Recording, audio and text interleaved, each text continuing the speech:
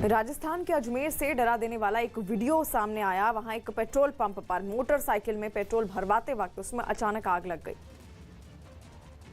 जिसकी तस्वीर वहां लगे सीसीटीवी कैमरे में रिकॉर्ड हो गई, जिसमें देखा गया कि जैसे ही पेट्रोल पंप कर्मचारी ने मोटरसाइकिल में तेल डालना शुरू किया, वैसे ही आग भड़क उठी और सभी लोग जान बचाकर वहां से भाग खड़े हुए। मोटरसाइकिल गिरने के बाद तेल जमीन पर फैलने से आग ने अपना दायरा बढ़ा लिया, जिसे देख दूसरे मोटरसाइकिल सवार अपने आप को बचाने में जुट गए। हालांकि फौरन ही पेट्रोल पंप का एक कर्मचारी हरकत में आया और उसने आग बुझाने वाले केमिकल का छिड़काव कर लपटों पर काबू पा लिया। पंजाब के मोरिंडा में मुख्यमंत्री आवास की तरफ बढ़ रहे प्रदर्शनकारियों ने पुलिस पर हमला कर दिया, जिसमें एक डीसीपी सहित कई पुलिस वाले घायल हो गए। एक दिन पहले जमीन प्राप्ति संघर्ष समिति नाम के संगठन के बैनर तले प्रदर्शनकारी मुख्यमंत्री चरणजीत सिंह चन्नी के घर की तरफ बढ़ रहे थे, लेकिन बीच रास्ते में ही रोके जाने से वो इस कदर भड़के कि ईंट पत्थरों से पुलिस वालों को ही निशाना बनाना शुरू कर दिया। प्रदर्शन में शामिल महिलाएं भी पथराव करने वालों का साथ देती दिखीं। बताया गया कि प्रदर्शनकारी पंचायत की जमीन का एक हिस्सा दलित समुदाय को देने और दूसरी पुरानी मांगों को लेकर मुख्यमंत्री को ज्ञापन देने जा रहे थे, लेकिन बैरिकेडिंग कर जब उन्हें रोका गया तो रैली में शामिल कुछ लोग प्रदर्शनकारियों को पुलिस वालों की तरफ बढ़ने का इशारा करते दिखे। इसके बाद लाल झंडा थामे लोगों ने नारेबाजी शुरू कर दी। फिर तो विरोध पर उतारू लोगों ने आपा खो दिया, जिन्हें काबू में करने के लिए पुलिस को लाठीचार्ज करना पड़ा। लाठीचार्ज से नाराज प्रदर्शनकारियों ने पुलिस को ही निशाना बनाना शुरू कर दिया। राजस्थान के भरतपुर से हैरान करने वाली कुछ तस्वीरें सामने आई। वहां खाद के लिए कुछ किसान आपस में भिड़ गए। बताया गया कि भरतपुर मंडी में ये किसान खाद खरीदने पहुंचे थे, जहां उनके सामने खाद की कमी की समस्या आकर खड़ी हो गई। बस फिर क्या था, घंटों इंतजार करने के बाद जब ये बात उन्हें पता चली तो उनके बीच मारामारी के हालात बन गए। वहां से जो तस्वीरें सामने आई उनमें दो किसान एक दूसरे से हाथापाई करते दिखे।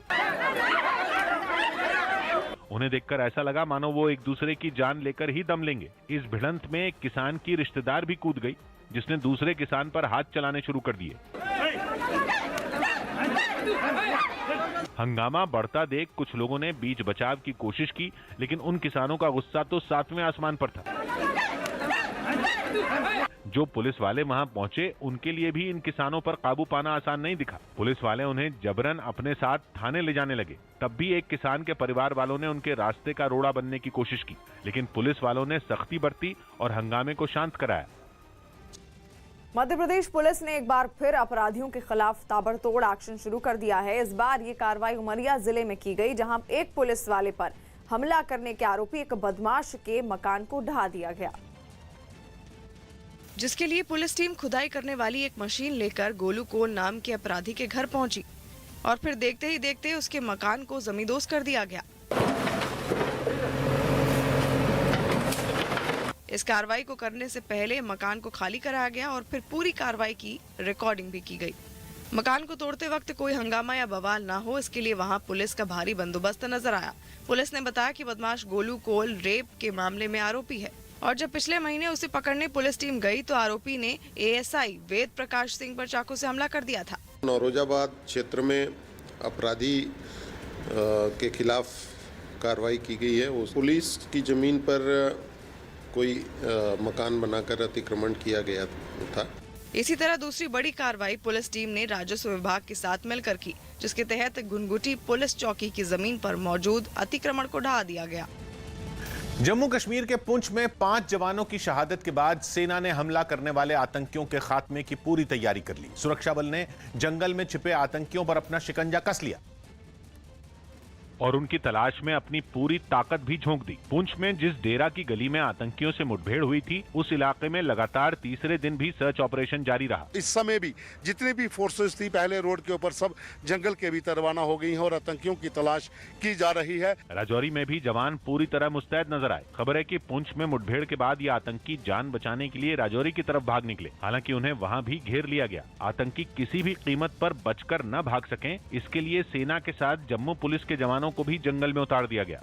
इसी बीच कश्मीर का माहौल बिगाड़ने के लिए पाकिस्तान की खुफिया एजेंसी आईएसआई ने नई साजिश रची। उसका पता चला न्यूज 18 के संदीप बोल की रिपोर्ट है कि घाटी में डर का माहौल पैदा करने के लिए आईएसआई ने उत्तर प्रदेश और बिहार के अपराधियों को सुपारी किलर के तौर पर मोटी रकम देने की तैयारी की है। इसके लिए इन दोनों राज्यों में ऐसे लोगों की पहचान की जा रही है जिनका क्रिमिनल रिकॉर्ड हो, ताकि उनका इस्तेमाल कश्मीर में कुछ लोगों को टारगेट कर उनकी हत्या करने के लिए किया जा सके। खबर है कि यूपी और बिहार से अपराधियों की तलाश इसलिए की जा रही है ताकि उनमें अगर कोई सुरक्षा बल के हत्थे चढ़ भी जाता है तो पाकिस्तान आसानी से अपना पल्ला झाड़ सकेगा। बताया जा रहा है कि सेब की खरीदारी करने के लिए शोपियां आने वाले व्यापारी भी आतंकियों के निशाने पर हैं। और खबर तो यह भी है कि वो रेडी लगाने वाले भी आतंकियों के टारगेट पर रहेंगे जो कश्मीर के रहने वाले नहीं हैं और लंबे समय से वहां किराए पर रह रहे हैं। तो वहीं कश्मीर में पिछले कुछ दिनों में आम नागरिकों पर हुए आतंकी हमलों की जांच में भी चौंकाने वाली जानकारी सामने आई।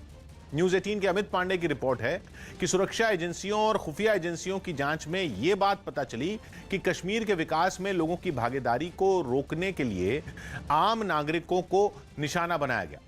जिन लोगों को आतंकियों ने निशाना बनाया वो कश्मीर में चल रहे विकास कार्यों में जनता और प्रशासन के बीच तालमेल का काम कर रहे थे और लोगों को उन योजनाओं के फायदे बता रहे थे। जांच में यह बात भी सामने आई कि आतंकियों ने 24 लोगों की एक लिस्ट तैयार की, जिसमें नगर निगम, पंचायत विभाग और पीडब्ल्यूडी के कुछ कर्मचारी भी शामिल हैं। इनमें 5 लोगों की कुछ दिन पहले कश्मीर के अलग अलग इलाकों में हत्या की गई थी और कश्मीर के विकास में लोगों की भागीदारी खत्म करने के लिए आतंकियों ने बाकी लोगों की हत्या की साजिश भी रची। उत्तर कोरिया की सत्ताधारी वर्कर्स पार्टी के 76वें स्थापना दिवस पर किम जोंग उन ने पहली बार अपनी परमाणु मिसाइलों की नुमाइश करके खुलेआम अमेरिका को आंखें दिखा दी। उन्होंने कार्यक्रम में यह कसम तक खाई कि वो ऐसी सेना बनाएंगे जिसे कोई हरा ही ना पाए, क्योंकि इस सेना के निशाने पर उत्तर कोरिया का दुश्मन दक्षिण कोरिया नहीं बल्कि अमेरिका होगा। और अमेरिका को अपनी ताकत दिखाने के लिए किम जोंग उन ने अपनी पार्टी के स्थापना दिवस को शक्ति प्रदर्शन के एक ऐसे मौके में बदल दिया जहां एक से बढ़कर एक घातक मिसाइलों का पूरा जखीरा ही बिछा दिया गया। एग्जीबिशन में चारों तरफ बस मिसाइलें ही मिसाइलें नजर आईं। Ballistic missile, short range missile, यहां तक कि वो हाइपरसोनिक मिसाइल भी, जिसके पिछले महीने हुए टेस्ट ने पूरी दुनिया में खलबली मचा दी है। बताया गया कि इस एग्जीबिशन में उत्तर कोरिया की नई और सबसे बड़ी इंटरकॉन्टिनेंटल बैलिस्टिक मिसाइल भी पेश की गई, मतलब परमाणु बम दागने वाली ऐसी मिसाइल जिससे अमेरिका भी नहीं बच पाएगा।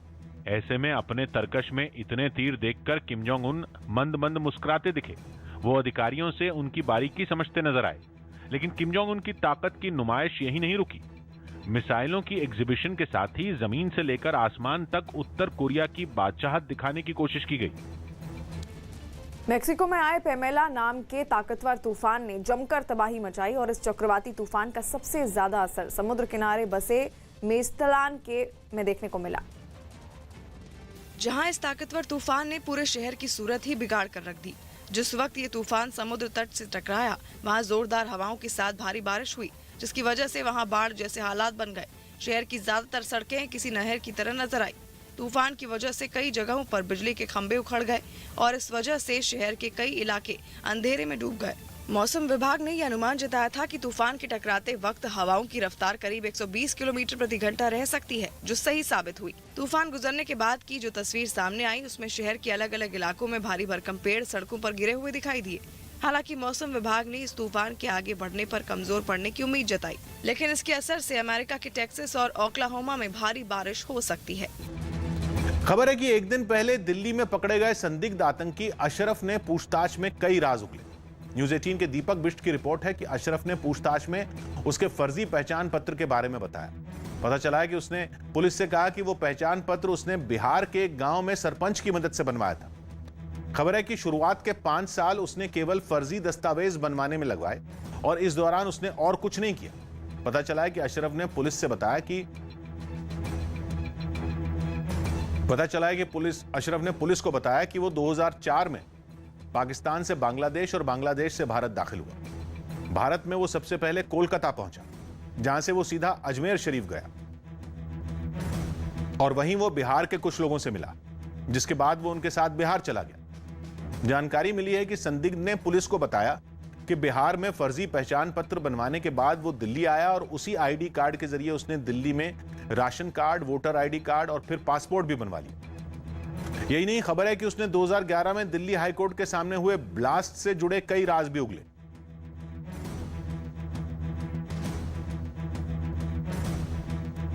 और पुलिस को बताया कि धमाके से पहले उसने वहां रेकी की थी और वो वहां 1-2 बार नहीं बल्कि कई बार गया था। पता चला है कि अशरफ ने रेकी करने की बात तो मानी, लेकिन धमाके में अपना हाथ होने से इनकार किया, जिसके बाद पुलिस ने उसे धमाकों से जुड़े एक शख्स की फोटो भी दिखाई, जिसे अशरफ ने पहचान लिया। खबर तो यह भी आई कि 2009 में जब वो जम्मू कश्मीर में रहता था तो उसका काम सेना के लोगों और उनकी गाड़ियों पर नजर रखना था। यही नहीं, जानकारी मिली है कि उसने कश्मीर में हुई 8 से 10 आतंकी घटनाओं में अपना हाथ होने की बात कबूल की। इसके अलावा जानकारी मिली है कि अशरफ से पुलिस को उसके काम करने का तरीका भी पता चला, जैसे कि पुलिस से बचने के लिए वो हर 6 महीने में अपना नंबर बदल देता था। पता चला है कि पाकिस्तान में बैठा उसका हैंडलर उसे फोटो के जरिए लोकेशन और अगला टारगेट बताते थे। साथ ही उसे यह भी बताया जाता था कि कौन सा सामान कैसे और कहां पहुंचाना है। और सबसे अहम बात यह कि उसे ना यह पता होता था कि उसके पास हथियार कहां से आ रहे हैं और ना ही यह पता होता था कि वो उन्हें किन्हें दे रहा है। चीन में आए इस साल के 18वें तूफान ने महज एक दिन में हांगकांग को हजारों करोड़ रुपए की चपत लगा दी। हुआ यह कि तूफान की वजह से वहां स्टॉक मार्केट की ट्रेडिंग रोक दी गई, साथ ही स्कूल और सरकारी सेवाएं भी बंद कर दी गई। क्योंकि तूफान के तांडव से हर तरफ उथल पुथल मच गई। तूफान ने ऐसा चाबुक चलाया कि शांत रहने वाला समंदर भी बेकाबू हो गया। ऐसे लगा जैसे उसे दौरे पड़ गए हों, क्योंकि उसकी लहरों ने मिनी सुनामी बनकर यूं लक्ष्मण रेखा लांघी कि सड़क पर सैलाब उतर गया। और फिर वही हुआ जिसका डर था।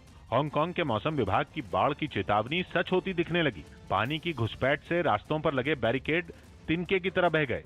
एक पार्किंग में तो दरिया बहता नजर आया। वहीं तूफान में जो लोग गलती से भी घर से निकले, उनकी तो शामत ही आ गई। दिल्ली के पास यूपी के गाजियाबाद में एक बस पलटने से एक आदमी की मौत हो गई, जबकि 2 लोग घायल हो गए। बताया गया कि हादसा बस का टायर फटने की वजह से हुआ और वो फ्लाईओवर की रेलिंग तोड़कर नीचे जा गिरी। इस हादसे की जानकारी मिलते ही पुलिस की टीम मौके पर पहुंची, जिसने तुरंत 2 क्रेनों को बुलाकर बस को सीधे करने का काम शुरू कर दिया। मगर लोगों की भीड़ और अंधेरा होने की वजह से इस काम में काफी वक्त लग गया। इसके अंदर से तो निकालो।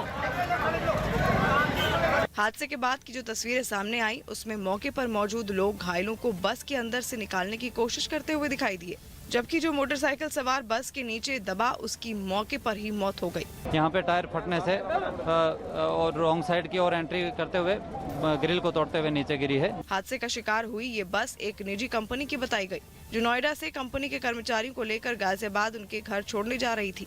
तभी भाटिया मोड़ पर यह हादसा हो गया। मध्य प्रदेश के मुरैना में खाद खरीदने के लिए कृषि मंडी गोदाम पहुंचे किसानों को पुलिस की लाठियां मिली। रबी की फसलों की बुआई का वक्त आ जाने के बावजूद जिले में खाद की जबरदस्त कमी दिखी, जिसकी वजह से जगह जगह कृषि मंडी के गोदामों के बाहर किसानों की भीड़ लग गई। ऐसी ही भीड़ कैलारस के कृषि मंडी के गोदाम के बाहर दिखी, जहां खाद के लिए पहुंचे किसानों पर सुरक्षा बल के जवान लाठियां बरसाते नजर आए। खाद के लिए जबरन लाइन में घुसने वालों को बाहर निकालकर पीटा गया, जिसकी वजह से अफरा तफरी मच गई और लोग पिटाई के डर से इधर उधर भागते नजर आए। कुछ किसान किसी तरह गोदाम के अंदर पहुंच गए, जिसे देखकर वहां मौजूद पुलिस वाले भड़क गए। इसके बाद तो खाद मिलने की उम्मीद लेकर गोदाम के अंदर आ चुके किसानों को पुलिस वाले अपने अंदाज में बाहर खदेड़ते दिखे। यूपी के शाहजहांपुर में शहीद सरज सिंह का आज अंतिम संस्कार होगा। जम्मू कश्मीर के पुंछ में आतंकियों से मुठभेड़ के दौरान शहीद हुए जवान सरज सिंह का पार्थिव शरीर देर शाम यूपी के शाहजहांपुर पहुंचा, जहां आज पूरे सम्मान के साथ उनका अंतिम संस्कार किया जाएगा। माननीय मुख्यमंत्री जी के द्वारा शहीद के परिजनों को के लिए 50 लाख रुपए की आर्थिक सहायता की घोषणा की गई है। महंत नरेंद्र गिरी की मौत की जांच कर रही सीबीआई की टीम को आरोपियों और सेवादारों से पूछताछ में कुछ नए नाम मिले हैं। बताया जा रहा है कि सीबीआई आरोपियों का पॉलीग्राफी टेस्ट कराना चाहती है, जिस पर कोर्ट में 18 अक्टूबर को सुनवाई होगी। यूपी के कौशाम्बी में एक कारोबारी के घर फ्री में लगाए गए बल्ब के होल्डर के अंदर से एक डिवाइस मिली। आरोप है कि कुछ लोगों ने एक योजना के तहत फ्री में बल्ब लगाया था, जिसमें ये डिवाइस भी लगी हुई थी। जानकारी मिलने के बाद पुलिस ने डिवाइस को कब्जे में ले लिया। साथ ही जासूसी और आतंकवाद के कनेक्शन की जांच की जा रही है। हरियाणा के पलवल में सवारियों से भरी एक बस बेकाबू होकर पलट गई। हादसे के समय बस में 40 से ज्यादा लोग सवार थे, जिसमें करीब 18 लोग गंभीर रूप से घायल हो गए, जिन्हें इलाज के लिए अस्पताल में भर्ती करवाया गया। मुंबई के एक शख्स का अपने जन्मदिन पर 550 केक काटने का वीडियो वायरल हो गया। मुंबई के कांदिवली इलाके में रहने वाले सूर्या नाम के शख्स का एक दिन पहले जन्मदिन था और इस खास मौके को और खास बनाने के लिए उसने 1-2 नहीं बल्कि 550 केक काटे। इस अनोखे जन्मदिन का वीडियो भी वायरल हुआ जिसमें वो टेबल पर सजे केक दोनों हाथों में लिए चाकू से काटता नजर आया। केक ज्यादा थे इसलिए उन्हें काटने वाले की स्पीड भी तेज थी और वो फटाफट उन्हें काटता गया। बीच बीच में आतिशबाजी की आवाज भी आती रही। यही नहीं, कुछ देर बाद केक से सजी टेबल भी रोशनी से जगमगा उठी। इस दौरान कैमरामैन ने तो तस्वीरें खींची ही, वहां मौजूद लोगों ने भी वीडियो बनाया जो अगले ही दिन वायरल हो गया।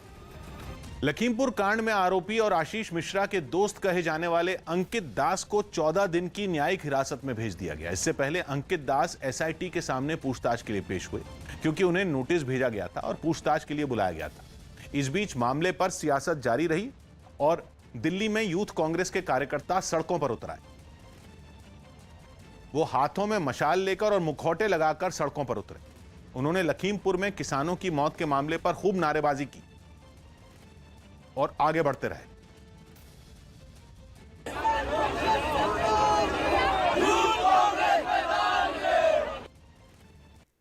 फोर्ब्स की सबसे अमीर भारतीयों की लिस्ट में मुकेश अंबानी एक बार फिर टॉप पर हैं। वो लगातार 14वें साल भारत के सबसे अमीर शख्स बने। रिलायंस इंडस्ट्रीज के मालिक मुकेश अंबानी 2008 से ही भारत के सबसे अमीर शख्स हैं और 2021 में उनकी संपत्ति बढ़कर करीब 7 लाख करोड़ हो गई है। इस लिस्ट में अडानी ग्रुप के मालिक गौतम अडानी दूसरे नंबर पर रहे। उनकी कुल संपत्ति करीब 74 अरब डॉलर है, यानी भारतीय रुपयों में करीब 5.5 लाख करोड़ है, जो मुकेश अंबानी की संपत्ति से करीब 1.5 लाख करोड़ कम है। लड़ाकू ड्रोन बनाने में महारत रखने वाला इजराइल अब ड्रोन से सामान की डिलीवरी की तैयारी में है। टाइम्स ऑफ इजराइल की रिपोर्ट है कि इजराइल के तेल अवीव में ड्रोन के जरिए पूरे शहर में आइसक्रीम, बियर और खास तरह की डिशेज सप्लाई की जाएंगी। ये इजराइल के लिए एक सरकारी कार्यक्रम का हिस्सा है जिसका मकसद भीड़ भाड़ वाले शहरों में ट्रैफिक का दबाव कम करना है। इसके लिए वहां कई तरह की चीजों को एक जगह से दूसरी जगह पहुंचाने के लिए बड़ी संख्या में ड्रोन के इस्तेमाल की योजना बनाएंगे। इसके लिए वहां एक नेटवर्क तैयार किया जा रहा है जिसके जरिए लोग अपना सामान ऑर्डर कर सकेंगे और ड्रोन उस ऑर्डर को सीधा उनके घर तक पहुंचा देगा। इससे पहले ये ड्रोन कोरोना काल में दवाएं और खून ले जाने के लिए भी इस्तेमाल हो चुके हैं। बंगलुरु से हैरान करने वाली कुछ तस्वीरें सामने आई हैं। वहां कमजोर हो चुकी एक इमारत को बंगलुरु नगर निगम ने गिरा दिया। बताया गया कि इमारत एक बस स्टैंड के पास बनी थी जिसे कुछ मशीनों की मदद से ढहाने के लिए बंगलुरु नगर निगम की एक टीम वहां पर पहुंच गई। वहां से जो तस्वीरें सामने आई हैं उनमें उस 3 मंजिला इमारत की निचली मंजिल में सबसे पहले तोड़फोड़ शुरू की गई और कुछ ही पलों में वो इमारत गिर गई। इस कार्रवाई के बाद इमारत की जगह पर वहां केवल उसका मलबा ही बिखरा हुआ नजर आया। यूरोप के कोसोवो में सर्बियाई मूल के लोगों और पुलिस के बीच हिंसक झड़प हो गई। ये बवाल तब शुरू हुआ जब पुलिस ने तस्करी करके लाए गए सामान की बरामदगी के लिए छापेमारी की।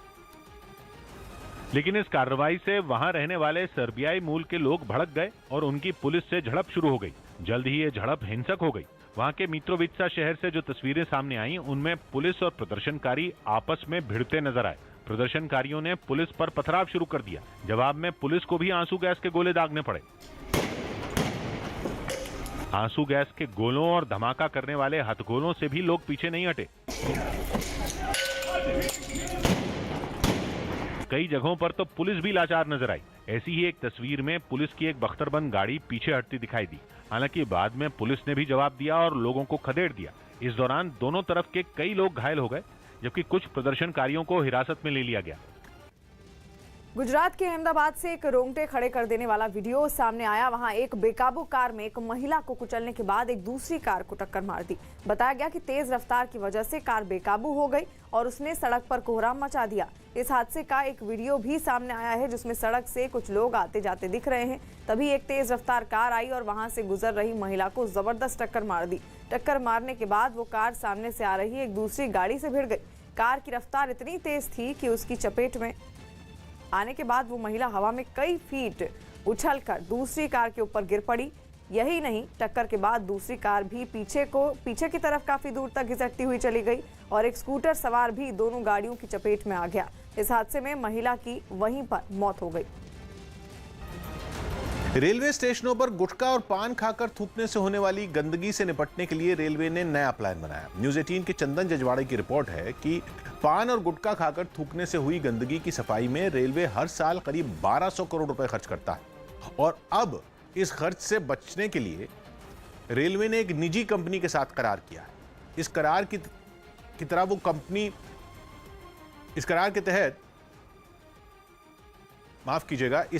तहत वो कंपनी रेलवे स्टेशनों पर स्पिटिंग बैग बेचेगी, जिससे लोग इधर उधर गंदगी ना कर सके। बताया गया कि ये बैग एक से ज्यादा बार इस्तेमाल किए जा सकेंगे और पर्यावरण को भी नुकसान नहीं पहुंचाएंगे। एक बैग की कीमत 5 रुपए होगी और रेलवे स्टेशनों पर वेंडिंग मशीनों के जरिए इन्हें खरीदा जा सकेगा।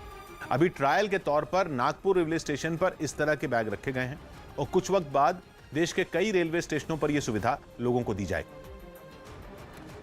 5 रुपए 10 रुपए में वो बैग खरीद सकते हैं और उसी में थूक करके अपने पास रख सकते हैं। फिर जहां उसे जगह मिले वहां उस बैग को वो डिस्पोज कर सकते हैं, फेंक सकते हैं। जम्मू कश्मीर के राजौरी में 3 संदिग्धों की तलाश में बड़ा सर्च ऑपरेशन चलाया गया। जम्मू कश्मीर के राजौरी में कालाकोट के जंगलों में 3 संदिग्धों को देख जाने की खबर मिलने के बाद सुरक्षा बल ने बड़ा सर्च ऑपरेशन चलाया। इस दौरान पूरे इलाके की घेराबंदी कर सभी रास्तों को सील कर दिया गया। नोएडा से गाजियाबाद जा रही एक बस टायर फटने की वजह से फ्लाईओवर से नीचे गिर गई। इस हादसे में एक मौत और 3 लोगों के घायल होने की खबर है। यूपी के वृंदावन से होते हुए प्रगतिशील समाजवादी पार्टी की सामाजिक परिवर्तन रथ यात्रा सैफई पहुंची, जहां पार्टी अध्यक्ष शिवपाल यादव का कार्यकर्ताओं ने जोरदार स्वागत किया। आईपीएल 2021 के दूसरे क्वालिफायर मुकाबले में कोलकाता नाइट राइडर्स ने दिल्ली कैपिटल्स को 3 विकेट से हराकर फाइनल में जगह बना ली। अब 15 अक्टूबर को कोलकाता का मुकाबला चेन्नई सुपर किंग्स से होगा। मुंबई के कांदिवली इलाके से डरा देने वाली कुछ तस्वीरें सामने आई। वहां एक घर के अंदर चलते चलते टीवी फट गया। गनीमत यह रही कि उस वक्त टीवी देख रही महिला और उसके दोनों बच्चों की जान बाल बाल बच गई। लेकिन बताया गया कि टीवी के ब्लास्ट होते ही वहां अफरा तफरी मच गई, क्योंकि जिस वक्त ये हादसा हुआ तब उस टीवी से कुछ ही दूरी पर बैठकर वो महिला अपने दोनों बच्चों के साथ सीरियल देख रही थी। ये धमाका भी इतना जोरदार था कि उसमें टीवी के कई पुर्जे तो उससे अलग ही हो गए। साथ ही आग की लपटों ने घर में टंगे पर्दों, चारपाई और कुछ दूसरे सामान को भी अपनी जद में ले लिया, जो कि इस घटना में पूरी तरह राख हो गया। इसमें कुछ टेक्निकल डिफिकल्टी आने की वजह से, टेक्निकल प्रॉब्लम आने की वजह से शॉर्ट सर्किट हो सकता है। इस घटना की जानकारी मिलते ही पुलिस की टीम वहां पहुंची और घर में मौजूद लोगों को सुरक्षित बाहर निकाला। फिलहाल ये पता लगाने की कोशिश की जा रही है कि टीवी में अचानक धमाका आखिर किस वजह से हुआ। दिल्ली में चलती फिरती आंगनबाड़ी की शुरुआत हो गई। बस में तैयार ये आंगनबाड़ी खुद बच्चों तक पहुंचेगी। दिल्ली सरकार ने पहियों पर आंगनबाड़ी नाम से योजना शुरू की है, जिसके तहत कुछ बसों को इस तरह तैयार किया गया कि उनमें घुसकर लगे कि आप किसी आंगनबाड़ी में आ गए हो, क्योंकि उनमें 6 साल तक के बच्चों को पढ़ाने और सिखाने के लिए सारी चीजें जैसे किताब, खिलौने वगैरह सब मौजूद दिखे। कि इसको तैयारी कुछ इस तरीके से किया गया है। ये आप देखें तो यहाँ पर वो तमाम चीज़ें आपको देखने को मिलेंगी जो आमतौर पर एक आंगनबाड़ी में देखने को मिलती। ये बसें दिल्ली की उन झुग्गी बस्तियों में जाएंगी जहाँ के बच्चे आंगनबाड़ी तक नहीं पहुँच पाते। 10 साइट पे ये 2 गाड़ियाँ लगातार चल के लोगों को उनका पौष्टिक आहार भी वितरण करेंगी और बच्चों को पढ़ाने लिखाने से के साथ साथ रिक्रिएशन की एक्टिविटीज भी कराएंगी। दिल्ली सरकार ने सेव द चिल्ड्रन संस्था के साथ मिलकर इस योजना की शुरुआत की। फिलहाल 2 बसों में चलती फिरती आंगनबाड़ी तैयार की गई है, जो रोजाना अलग अलग इलाकों में घूमेगी। मुंबई की एनडीपीएस कोर्ट में क्रूज ड्रग्स केस के आरोपियों की जमानत याचिका पर सुनवाई आज फिर होगी। कल एनडीपीएस कोर्ट में आरोपियों की जमानत याचिका पर नारकोटिक्स कंट्रोल ब्यूरो ने अपना जवाब दाखिल किया और एनसीबी की तरफ से पेश हुए additional solicitor general Anil Singh ने आरोपी आर्यन खान की जमानत का कड़ा विरोध किया। उन्होंने कोर्ट में कहा कि व्हाट्सएप चैट से जांच एजेंसी को आर्यन खान के संबंध इंटरनेशनल ड्रग सिंडिकेट से होने की जानकारी मिली है, लेकिन आरोपियों के वकील ने जांच एजेंसी के दावे को पूरी तरह से गलत बताया। दोनों पक्षों की तरफ से रखी गई दलीलों के बाद जमानत याचिका पर सुनवाई 1 दिन के लिए टाल दी गई। खालिस्तान समर्थक संगठन सिक्स फॉर जस्टिस पर जल्द शिकंजा कसेगा। न्यूज़ 18 के शंकर आनंद की रिपोर्ट है कि भारत विरोधी गतिविधियों को अंजाम देने वाले खालिस्तान समर्थक संगठन सिक्स फॉर जस्टिस पर एनआईए बड़ी कार्रवाई करने की तैयारी में। इसके लिए बहुत जल्द एनआईए की उच्च स्तरीय टीम कनाडा जाने वाली है, जहां सिक्स फॉर जस्टिस से जुड़ी जानकारी जुटाई जाएगी। इसके बाद एनआईए की टीम कुछ और देशों में भी सिक्स फॉर जस्टिस के खिलाफ दस्तावेज जुटाने जाएगी। खबर है कि सिक्स फॉर जस्टिस से जुड़े कई एनजीओ भी एनआईए के रडार पर हैं और उन एनजीओ की मदद से ही सिक्स फॉर जस्टिस भारत विरोधी गतिविधियों के लिए फंड मुहैया करवाता है। कोरोना संकट के बीच स्पेन ने जश्न के रंग में भंग नहीं पड़ने दिया और धूमधाम से अपना राष्ट्रीय दिवस मनाया। इस मौके पर वहां हर साल होने वाली मिलिट्री परेड भी निकाली गई, जिसके लिए राजधानी मैड्रिड में स्पेन की पूरी सेना अपना दमखम दिखाने उतर गई और कोरोना के खतरे के बीच भी अपनी सेना का हौसला बढ़ाने के लिए लोगों की भारी भीड़ जुटी। स्पेन की सेना की अलग अलग टुकड़ियों ने मार्च निकाला, लेकिन एक टुकड़ी तो अपने मैस्कट बकरी के साथ कदम ताल करती दिखी। इसके बाद फौज के आधुनिक साजो सामान की नुमाइश भी की गई, लेकिन परेड में जिसने सबसे ज्यादा लोगों का ध्यान खींचा वो था पैराग्लाइडर, जो स्पेन के बड़े से झंडे के साथ आसमान में करतब दिखाता नजर आया। और स्पेन के राष्ट्रीय दिवस का जश्न सिर्फ मैड्रिड में नहीं मनाया गया, बल्कि बार्सिलोना में भी लोग नेशनल डे मनाने के लिए घरों से निकले। वहां राइट विंग की एक पार्टी के समर्थक स्पेन का झंडा लेकर सड़क पर उतर गए। वो क्रिस्टोफर कोलंबस के स्मारक के पास जुट गए और वहां फूल चढ़ाकर श्रद्धांजलि देते नजर आए। लेकिन असली समा बंधा तब जब लैटिन अमेरिका के कलाकारों ने अपने डांस से लोगों का मन मोह लिया। उन्होंने बीच सड़क पर शानदार परफॉर्मेंस दी।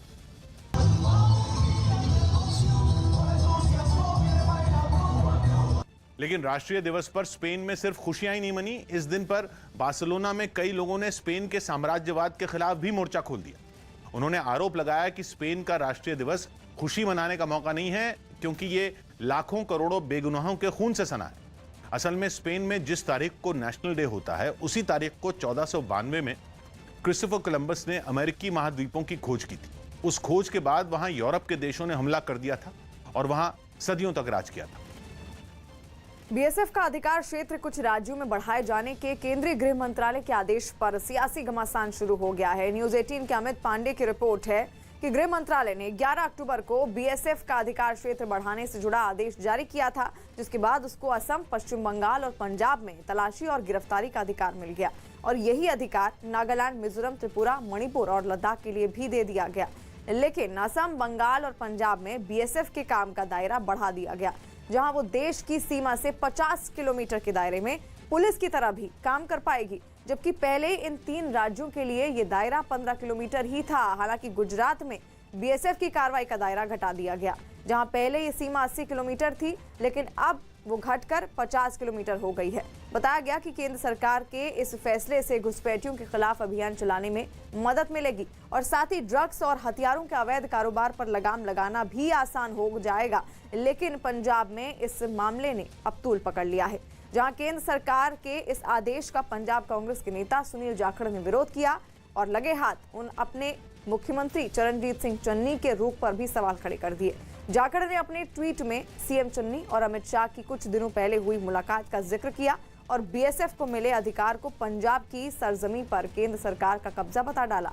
क्योंकि बीएसएफ केंद्रीय गृह मंत्रालय के अंदर काम करता है, इसलिए इस पर राजनीति शुरू हो गई है। हालांकि बीएसएफ ने बयान जारी कर बताया कि इस आदेश के बाद उसकी शक्तियां अपनी ड्यूटी करने के लिए मजबूत होंगी और वो हर राज्य में बराबर दूरी पर सीमाओं की रक्षा कर सकेगी, क्योंकि गुजरात में दूरी घटाकर 50 किलोमीटर हो गई है, जबकि असम, बंगाल और पंजाब में भी यही दायरा तय किया गया है। प्रधानमंत्री नरेंद्र मोदी ने दिल्ली में प्रगति मैदान के 4 नए हॉल का उद्घाटन किया। इसके अलावा पीएम गति शक्ति योजना को भी हरी झंडी दिखाई गई, जिसके जरिए देश के विकास कार्यों को तो गति मिलेगी ही, बल्कि बड़ी संख्या में रोजगार के अवसर पैदा होने का भी दावा किया गया है, जिसके लिए दिल्ली के प्रगति मैदान में कार्यक्रम रखा गया। प्रगति मैदान को नए सिरे से विकसित करने के प्रोजेक्ट पर कुछ साल से काम चल रहा था और इसी प्रोजेक्ट के तहत प्रगति मैदान के हॉल नंबर 2, 3, 4 और 5 को बनाने का काम पूरा हो गया। अधिकारियों ने प्रधानमंत्री को योजना की पूरी जानकारी दी और नक्शे पर प्रोजेक्ट का पूरा खाका समझाया।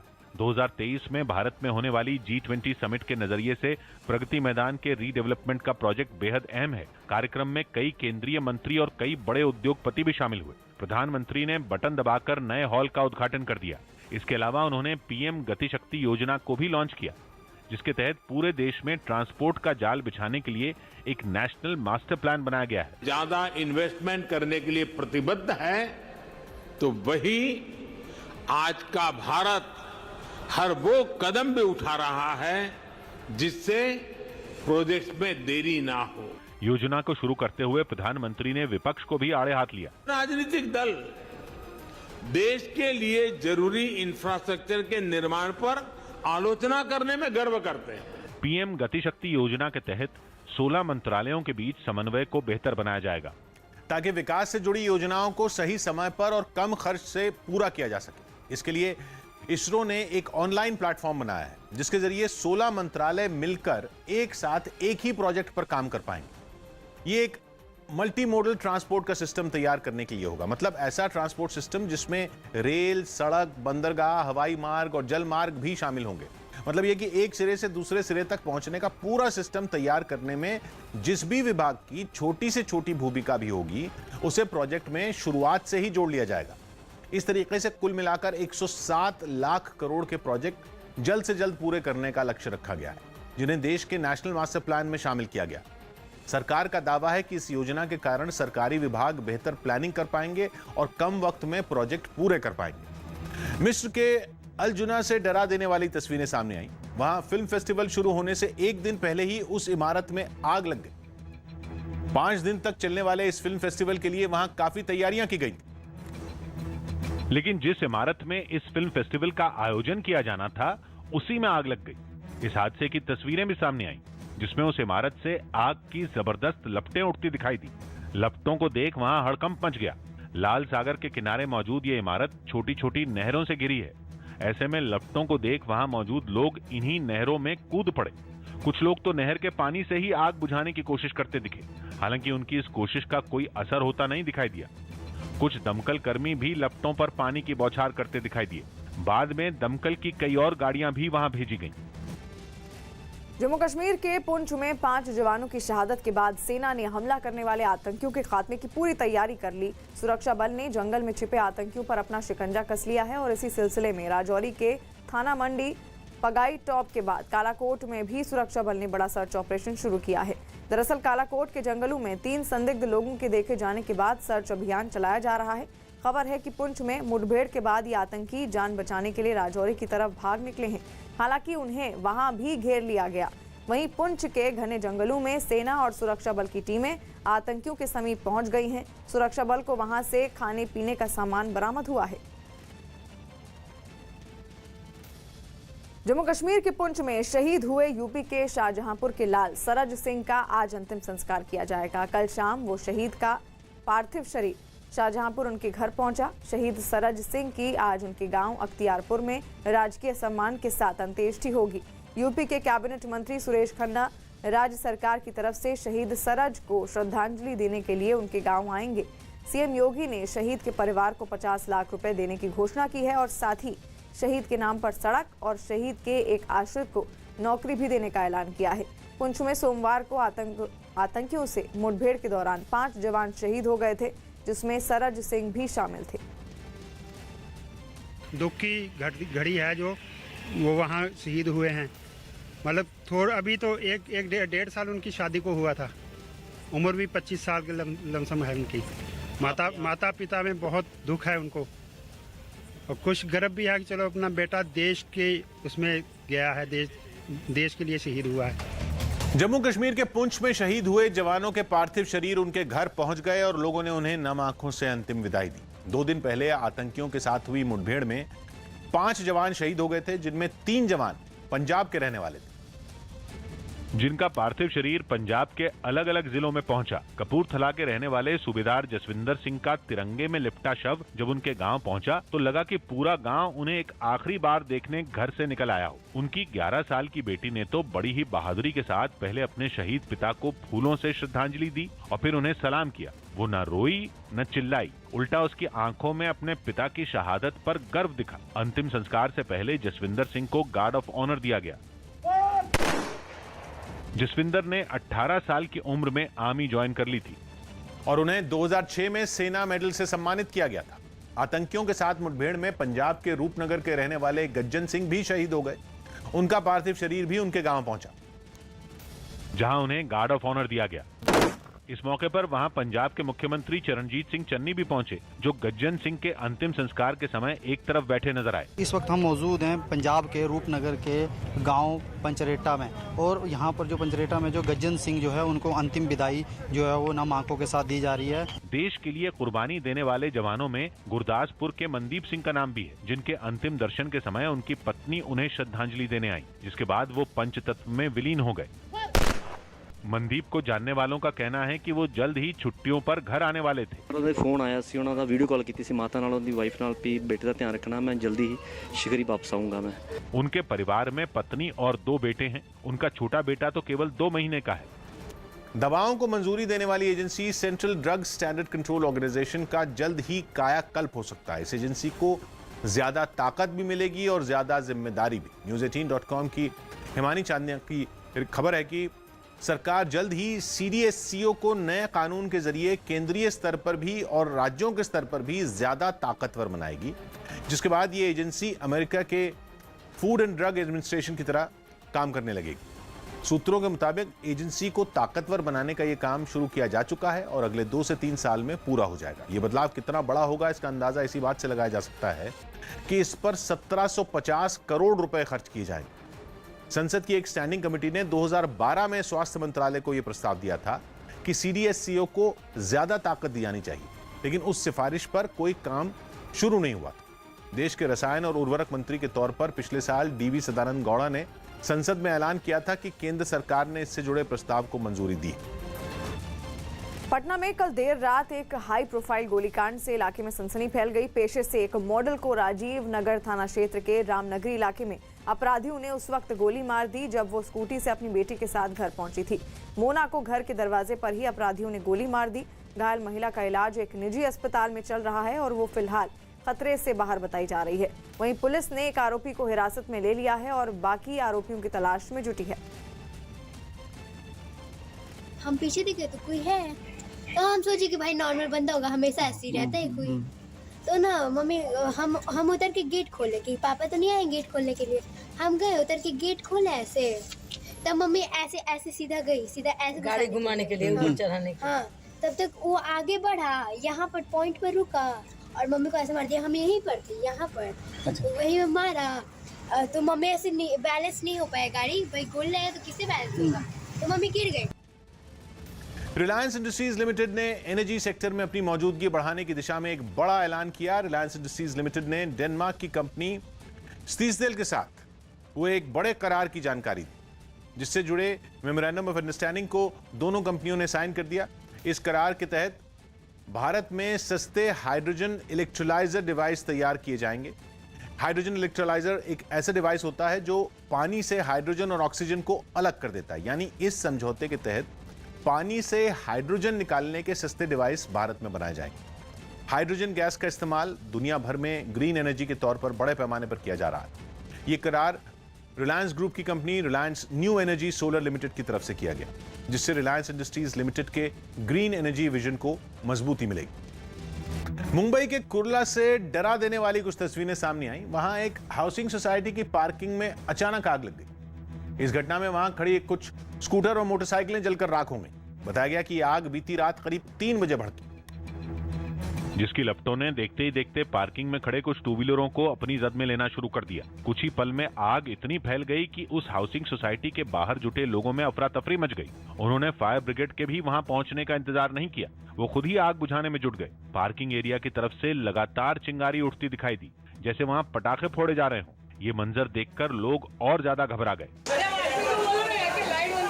कुछ ही देर में दमकल की 2 गाड़ियां वहां पहुंची, जिसके बाद आग बुझाने का काम शुरू कर दिया गया। एक तरफ फायर ब्रिगेड अपने काम में जुटी रही, दूसरी तरफ वहां इकट्ठा हुए लोगों ने भी नुकसान को रोकने की हर मुमकिन कोशिश की। इधर बाइक लगी थी, सब बाइक को हम लोग ने बाहर निकाला, तो जब तक 2-4 बाइक जलने लगी। रात का अंधेरा तो सूरज निकलते ही कहीं गायब हो गया, लेकिन बताया गया कि पार्किंग में खड़ी 20 से 25 मोटरसाइकिलें और स्कूटर आग की चपेट में आने से जलकर राख हो गए। इस घटना की जानकारी मिलने पर पुलिस की टीम वहां पहुंची और ये पता लगाने में जुट गई कि ये आग लगी कैसे।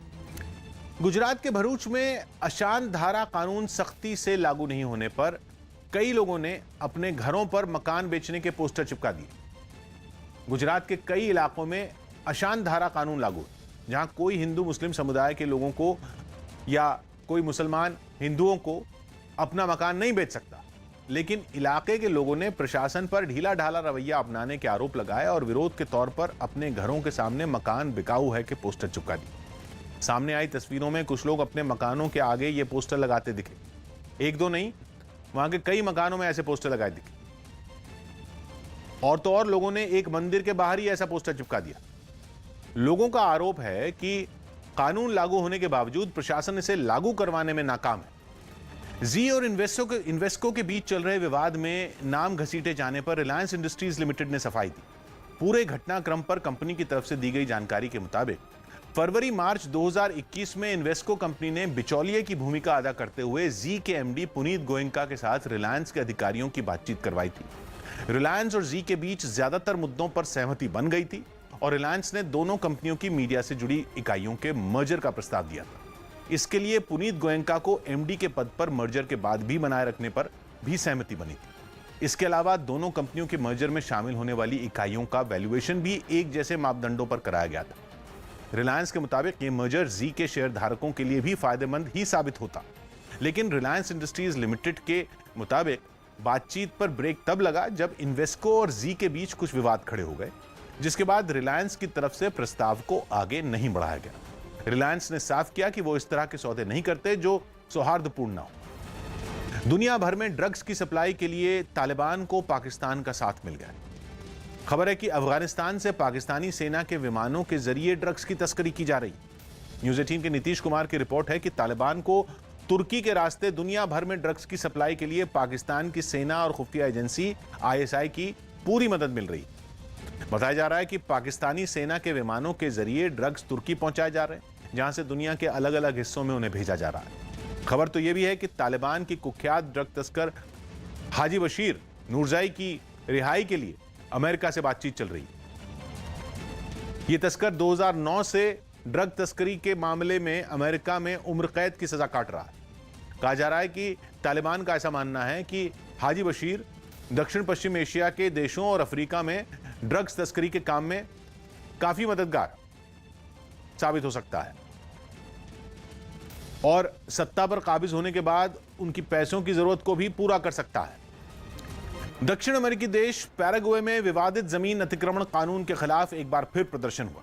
संसद में मंजूरी मिलने के बाद अब वहां जमीन पर अवैध कब्जा करने पर 10 साल तक की जेल हो सकती है, लेकिन इस कानून का वहां के मूल निवासी लगातार विरोध कर रहे हैं।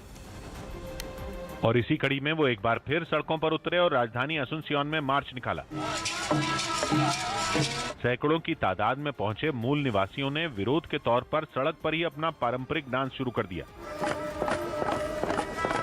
इस शांतिपूर्ण प्रदर्शन में बड़ी तादाद में महिलाएं भी शामिल हुई, जो बैनर पोस्टर लेकर वहां पहुंची और इस कानून को वापस लेने की मांग की। प्रदर्शनकारियों ने सरकार पर मूल निवासियों के साथ भेदभाव का आरोप लगाया। पिछली बार की तरह ये प्रदर्शन भी हिंसक न हो जाए, इसके लिए वहां बड़ी तादाद में पुलिस भी तैनात की गई।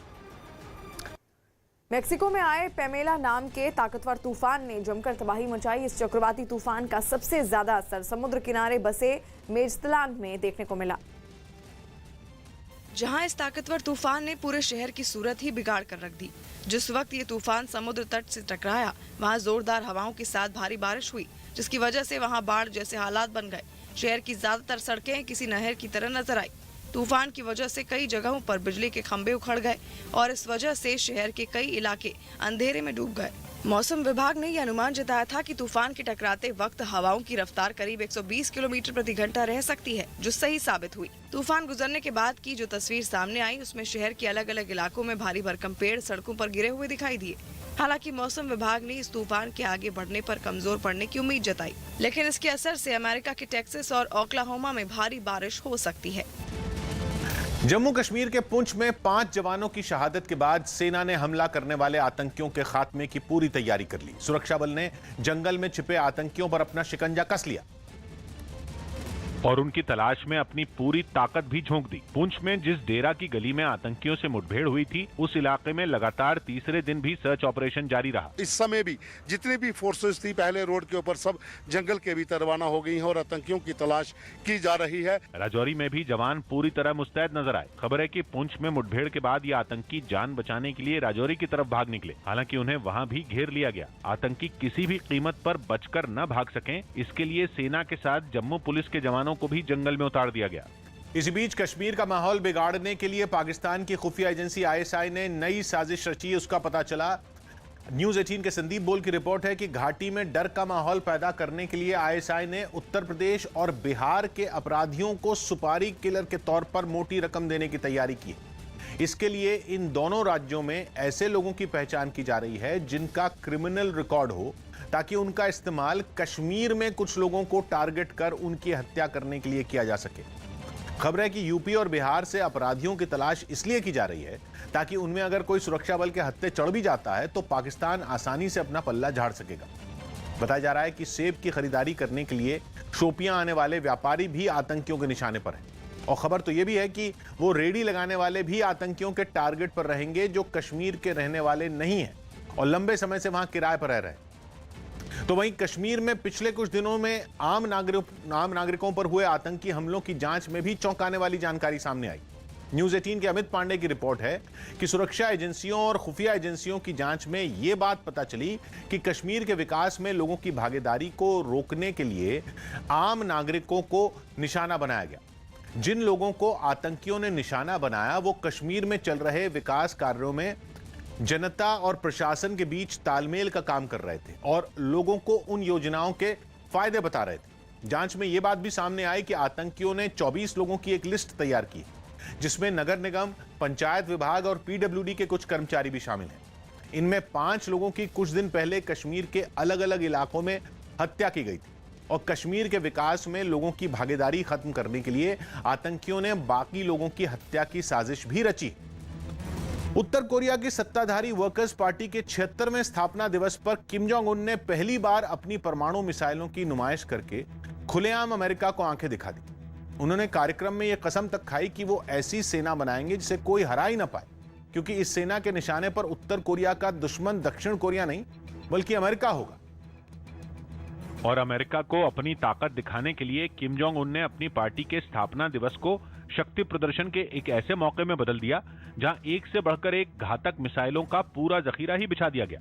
एग्जीबिशन में चारों तरफ बस मिसाइलें ही मिसाइलें नजर आईं। Ballistic missile, short range missile, यहां तक कि वो हाइपरसोनिक मिसाइल भी, जिसके पिछले महीने हुए टेस्ट ने पूरी दुनिया में खलबली मचा दी है। बताया गया कि इस एग्जीबिशन में उत्तर कोरिया की नई और सबसे बड़ी इंटरकॉन्टिनेंटल बैलिस्टिक मिसाइल भी पेश की गई, मतलब परमाणु बम दागने वाली ऐसी मिसाइल जिससे अमेरिका भी नहीं बच पाएगा। ऐसे में अपने तरकश में इतने तीर देखकर किम जोंग उन मंद मंद मुस्कुराते दिखे। वो अधिकारियों से उनकी बारीकी समझते नजर आए। लेकिन किम जोंग उन की ताकत की नुमाइश यही नहीं रुकी। मिसाइलों की एग्जीबिशन के साथ ही जमीन से लेकर आसमान तक उत्तर कोरिया की बादशाहत दिखाने की कोशिश की गई। खबर है कि एक दिन पहले दिल्ली में पकड़े गए संदिग्ध आतंकी अशरफ ने पूछताछ में कई राज उगले। न्यूज 18 के दीपक बिष्ट की रिपोर्ट है कि अशरफ ने पूछताछ में उसके फर्जी पहचान पत्र के बारे में बताया। पता चला है कि उसने पुलिस से कहा कि वो पहचान पत्र उसने बिहार के एक गांव में सरपंच की मदद से बनवाया था। खबर है कि शुरुआत के 5 साल उसने केवल फर्जी दस्तावेज बनवाने में लगवाए और इस दौरान उसने और कुछ नहीं किया। पता चला है कि अशरफ ने पुलिस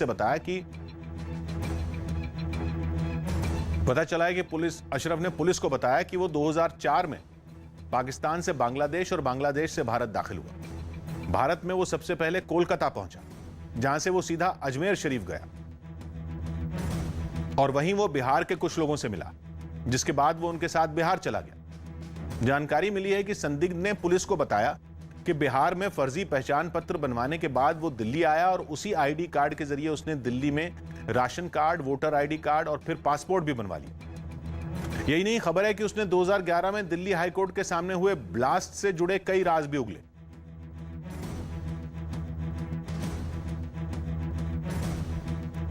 और पुलिस को बताया कि धमाके से पहले उसने वहां रेकी की थी और वो वहां 1-2 बार नहीं बल्कि कई बार गया था। पता चला है कि अशरफ ने रेकी करने की बात तो मानी, लेकिन धमाके में अपना हाथ होने से इनकार किया, जिसके बाद पुलिस ने उसे धमाकों से जुड़े एक शख्स की फोटो भी दिखाई, जिसे अशरफ ने पहचान लिया। खबर तो यह भी आई कि 2009 में जब वो जम्मू कश्मीर में रहता था तो उसका काम सेना के लोगों और उनकी गाड़ियों पर नजर रखना था। यही नहीं, जानकारी मिली है कि उसने कश्मीर में हुई 8 से 10 आतंकी घटनाओं में अपना हाथ होने की बात कबूल की। इसके अलावा जानकारी मिली है कि अशरफ से पुलिस को उसके काम करने का तरीका भी पता चला, जैसे कि पुलिस से बचने के लिए वो हर 6 महीने में अपना नंबर बदल देता था। पता चला है कि पाकिस्तान में बैठा उसका हैंडलर उसे फोटो के जरिए लोकेशन और अगला टारगेट बताते थे। साथ ही उसे यह भी बताया जाता था कि कौन सा सामान कैसे और कहां पहुंचाना है। और सबसे अहम बात यह कि उसे ना यह पता होता था कि उसके पास हथियार कहां से आ रहे हैं और ना ही यह पता होता था कि वो उन्हें किन्हें दे रहा है।